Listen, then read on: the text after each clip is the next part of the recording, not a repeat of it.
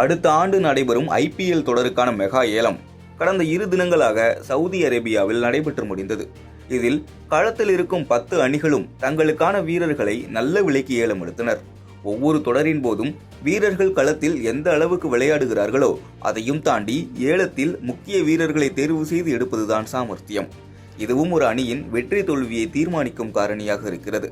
அப்படி ஒவ்வொரு ஏலத்தின் போதும் தங்களுக்கு தேவையான வீரர்களை தேர்வு செய்வதால் தான் சென்னை மற்றும் மும்பை அணிகள் தலா 5 முறை கோப்பையை கைப்பற்றியுள்ளன. அதேபோல் ஏலத்திற்கு முன்பாகவே அணிகள் தக்க வைக்கும் வீரர்களின் பட்டியலை வெளியிடுமாறு BCCI கேட்கிறது. இதில் சாமர்த்தியமாக செயல்படும் அணிகள் நல்ல வீரர்களையும் ஓரளவுக்கு டீசென்டான விலையில் தக்க வைத்துக் கொண்டு மற்ற பணத்தை ஏலம் எடுக்க பயன்படுத்துவர். இங்குதான் காவ்யா மாறன் தலைமையிலான ஹைதராபாத் அணி நிர்வாகம் கோட்டை விட்டதாக விமர்சனம் எழுந்துள்ளது.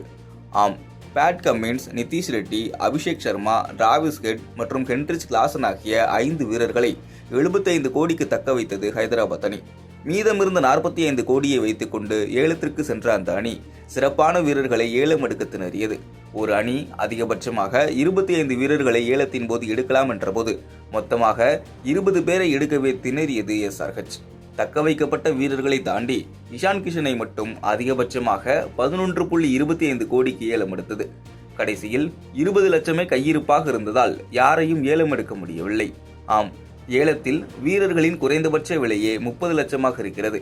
ஆக காவ்யா மாறனிடம் சரியான திட்டமிடல் இல்லாததால் தான் ஹைதராபாத் அணி இந்த நிலைக்கு தள்ளப்பட்டுள்ளதாக கிரிக்கெட் விமர்சகர்கள் கூறுகின்றனர். அதே சமயம் இதுவரை 5 முறை கோப்பையை வென்றுள்ள சென்னை அணி தங்கள் அணியின் ஆலமரமான தோனியை 4 கோடிக்கு தக்க வைத்தது. 5 வீரர்களை தக்க வைக்க 65 கோடி ரூபாயை செலவிட்டு மீதமிருந்த 54.95 கோடி ரூபாயில் தேவையான அனைத்து வீரர்களையும் ஏலத்தில் எடுத்துள்ளது சென்னை அணி. இது அந்த அணிக்கு பிளஸ் பாயிண்ட் என்றும் பாராட்டை பெற்றுள்ளது.